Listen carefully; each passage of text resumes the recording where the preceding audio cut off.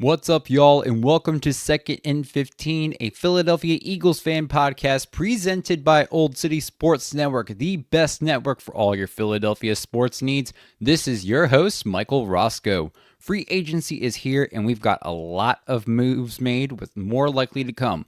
We'll go over some of the biggest moves across the league, as well as dive into the moves that Philadelphia has made so far. Starting with league-wide free agency moves. The free agency legal tampering window began Monday this week, ending around 4 p.m. Wednesday, where teams can make their moves official in writing. We had some crazy moves across the league, with some big extensions, surprising trades, and blockbuster free agency signings. I'll do a brief overview of some of these biggest moves so far. You got quarterback Josh Allen with a 6-year, $330 million extension with the Buffalo Bills. Quarterback Justin Fields acquired from the Pittsburgh Steelers to the New York Jets on a 2-year, $40 million deal. You have wide receiver DK Metcalf traded from the Seattle Seahawks to the Pittsburgh Steelers for a 5-year, $150 million deal. You have left tackle Laramie Tunsil traded from the Houston Texans to the Washington Commanders. Running back Najee Harris acquired by the Los Angeles Chargers on a 1-year, $9.25 million deal. You have wide receiver Devontae Adams acquired from the New York Jets on a 2-year, $46 million deal with the Los Angeles Rams. You have edge rusher Hassan Reddick acquired from the New York Jets on a 1-year, $14 million deal with the Tampa Bay Buccaneers. Minnesota quarterback Sam Darnold goes to Seattle on a 3-year, $104 million deal. Edge Myles Garrett lands a 4-year, $160 million deal with the Cleveland Browns, the highest non-quarterback paid contract out there. And you have defensive end Joey Bosa acquired from the Los Angeles Chargers to the Buffalo Bills on a 1-year, $12.6 million deal. And that's just a fraction of some of the moves that have been made going on. You can check out NFL's Instagram for a lot of the moves they post like every single minute, because something is happening every single minute. With a lot of moves and a lot of money being pushed around, you can see why they call this free agency frenzy, because it is exactly that. All right, now let's dive into some Eagles news, including free agency. Don't worry, we will get to that. First things first, the Philadelphia Eagles have accepted the invite to the White House to celebrate their Super Bowl title. This will take place on April 28th, after some rumors had floated around that the Eagles were initially going to deny it. This obviously is not the case. Now, again, y'all know how I feel about politics and sports. I don't think they should or do mix well at all, but I'm not going to dive into that rabbit hole again, so we will move on. In other Eagles news, the Eagles have chosen not to tender wide receiver punt returner Britton Covey. Covey was a restricted free agent. However, the team has chosen not to tender him, making him an unrestricted free agent to test on the market. As the Eagles look to save as much money as possible, they would save around $3.2 million if Covey does not re-sign with the Eagles, according to the Eagles Wire. And now for free agency, the Eagles lost some key players in free agency, landing big-time contracts with other teams while re-signing a player. And as of Wednesday, we have an interesting free agency addition on the offense. So let's go over the latest moves as of Wednesday evening. So starting with the losses, defensive tackle Milton Williams was acquired by the New England Patriots on a 4-year, $104 million deal. Edge rusher Josh Sweat was acquired by the Arizona Cardinals on a 4-year, $76.4 million deal. Cornerback James Bradbury, released by the Eagles, currently unsigned, Don't know what's going on with that. Hopefully we hear something soon. Cornerback Isaiah Rodgers was acquired by the Minnesota Vikings on a 2-year, $15 million deal. And kind of old news, but cornerback Darius Slay was expected to be cut by the Eagles. He has now officially been acquired by the Pittsburgh Steelers on a 1-year, $10 million deal. But it doesn't stop there. There's more, y'all. Backup quarterback Kenny Pickett was traded to the Cleveland Browns for quarterback Dorian Thompson Robinson and a 2025 fifth-round pick. We have linebacker Oren Burks, who was acquired by the Cincinnati Bengals on a 2-year, $5 million deal. Running back Kenneth Gainwell was also acquired by the Pittsburgh Steelers on a 1-year deal. However, this amount as of right now has been unspecified. And finally, safety C.J. Gardner-Johnson, in a shocking trade, was traded to the Houston Texans along with a 6th-round pick for offensive lineman Kenyon Green and a 5th-round pick. Now, so far, the Eagles only had one acquisition, and that literally happened, an hour before I started recording this. The Eagles have signed running back A.J. Dillon after he was acquired from the Green Bay Packers on a 1-year deal, with that amount also, as of this moment, currently unspecified. We also have some re-signings, so obviously we know the big one. Zach Bond re-signed 3 years, $51 million, and we have now listed as just a fullback Ben Van Sumeren on a 1-year deal worth $10 million fully guaranteed. All right, y'all, let's dive into some of my reactions to this whole free agency fever we got going on. I got some feelings about this free agency, y'all. I know we got to trust the process in Howie we trust. He's done good over the past few years. He extended Saquon Barkley, re-signed Zach Bond. Great moves so far. I also like the A.J. Dillon signing, because here's why. Even though he's coming off injury, we're all kind of weary about that at times when we sign someone who did not play an entire year. But he was part of a dynamic duo with Aaron Jones when they were on the Green Bay Packers, something that one could possibly be replicated with Philly with Saquon Barkley. Plus, the guy is a bit of a quadzilla himself, just like Saquon. At 6 feet tall and nearly 250 pounds. I think he can be a great relief for Saquon Barkley on short yard downs and possibly some brotherly shove plays to give him a break off of that.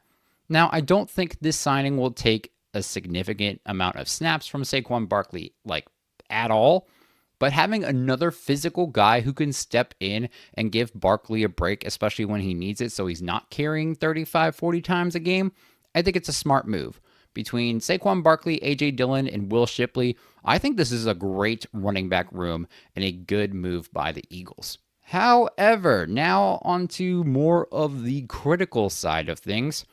Why the actual fuck are we getting rid of damn near our entire Super Bowl defense? Listen, y'all, I knew we weren't going to keep both Josh Sweat or Milton Williams, but I'm kind of upset that we didn't keep either one of them.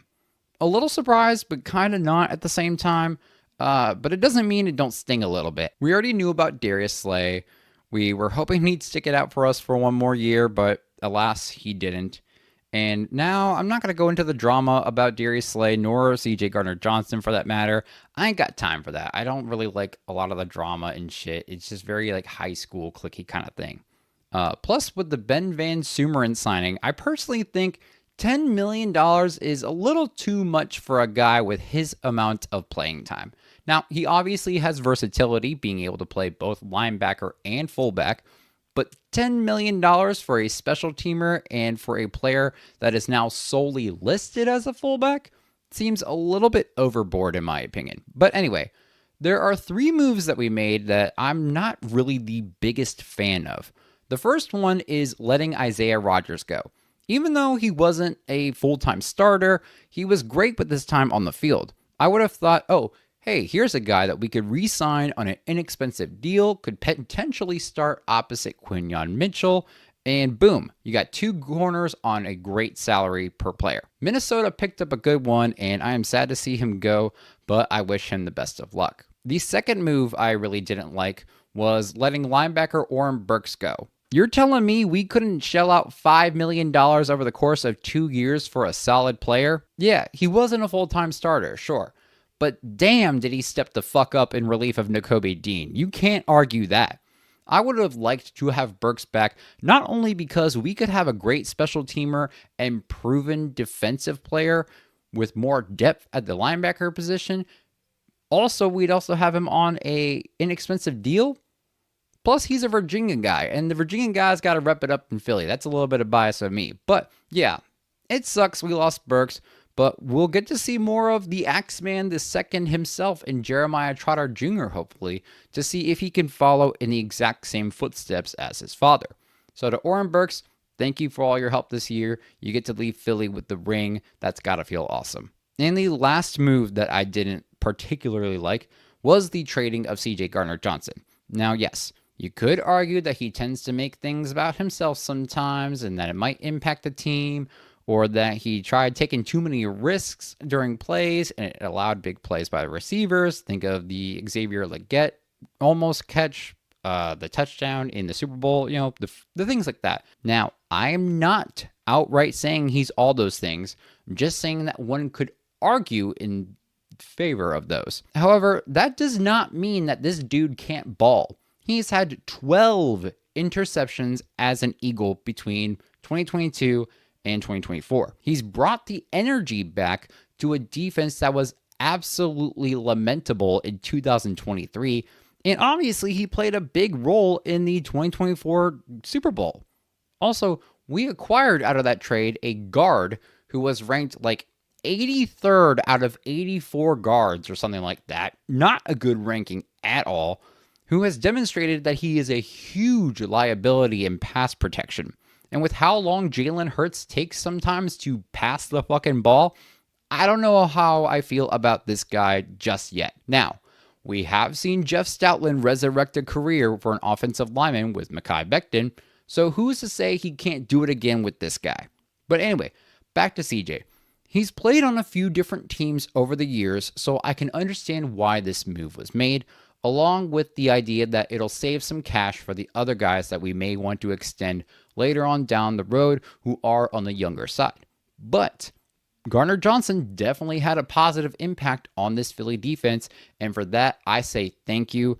We're going to miss you in Philly, and the best of luck to you down in Houston. All right, now, some of you might be thinking, like I asked earlier, why the fuck is Howie giving away a lot of our guys and not making a ton of signings? Basically, Howie Roseman wants to have a young roster, have cash available to extend those guys like Jalen Carter and Cam Jurgens later down the road, and to avoid repeating the mistake made after the 2017 Super Bowl victory, which was where they extended a lot of the older veterans who had, quote, fading playability. Also, Howie is stocking the fuck up on draft picks, to which the Eagles will have nearly 20 over the next 2 NFL drafts. Plus, we know how Howie can flip draft picks, so he could possibly use some of them to trade for a strong veteran if they don't pick one up in free agency, or he could use them to trade into the first round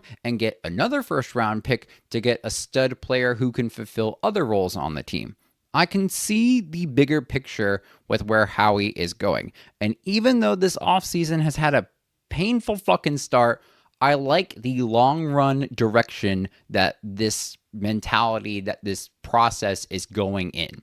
We've seen what Howie has done when he has learned from a mistake. He drafted hella studs after making those god-awful picks in Jalen Reagor and J.J. Arcega-Whiteside. Since then, has led us to 2 Super Bowl appearances and 1 title. We've got to trust the process. In Howie, we trust. Put it on a bumper sticker and put it on your car. He thinks 2 to 3 years ahead of time, while the rest of the league just does not seem to do that. That is an excellent quality in a general manager, and we got to trust the process. Plus, I know we cannot keep everybody from a Super Bowl team. I'm not naive to that. So it was only a matter of time before something like this offseason would happen to the Eagles. Let's just trust the process. There's still more to come with free agency, especially since Mekhi Becton is still available, so it's possible we can retain him. It's possible we can make a splash somewhere in the defense. So, of course, we will continue to watch this free agency and see what else the Eagles have in store for the offseason.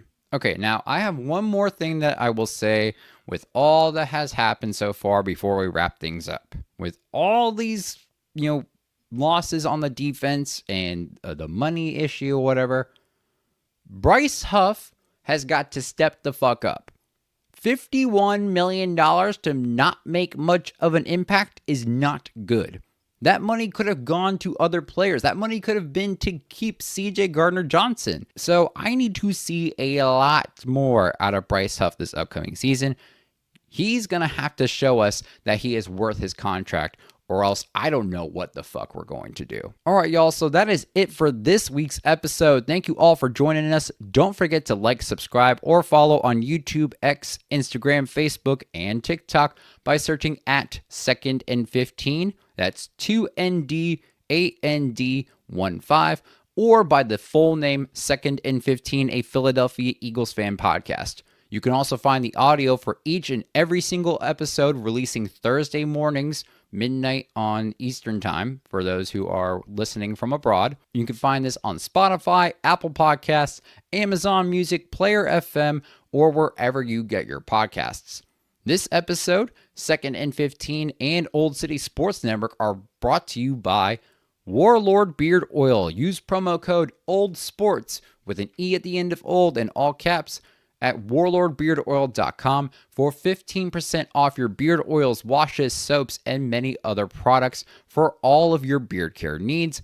Or in any order over $75 will get you free shipping. We are also sponsored by SeatGeek. Download the app and use promo code Old City Sports Network, all one word, for $20 off your first purchase for your next event. We also have some local sponsors, including Robert Hangholt Construction. If you are in the greater Philadelphia region and need some work done with your roof, your windows, siding, maybe you want to redo your deck, whatever you got for an upcoming project, call the #1 contractor in the area at 610-348-1066 to get a free estimate on your next home project today. We also have Decals by Aaron. Check out decalsbyaaron.com for all of your Delco products and merchandise.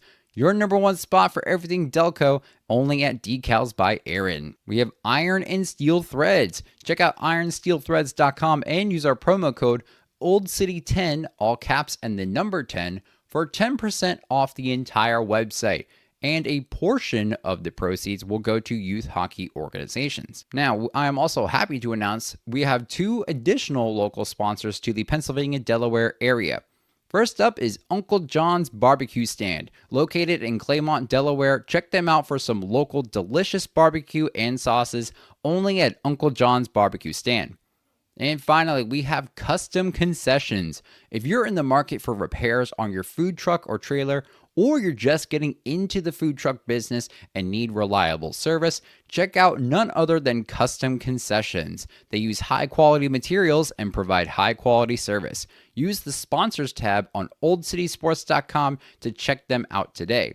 And don't forget to check out oldcitysportsnetwork.com and click that merchandise tab so you can find some awesome gear from Second and 15 and use the promo code listed on that website for $15 off of your purchase. Once again, thanks y'all for joining in. This is Second and 15, a Philadelphia Eagles fan podcast presented by Old City Sports Network. We'll be back next week where we'll look at more free agency moves and other Eagles content that comes our way.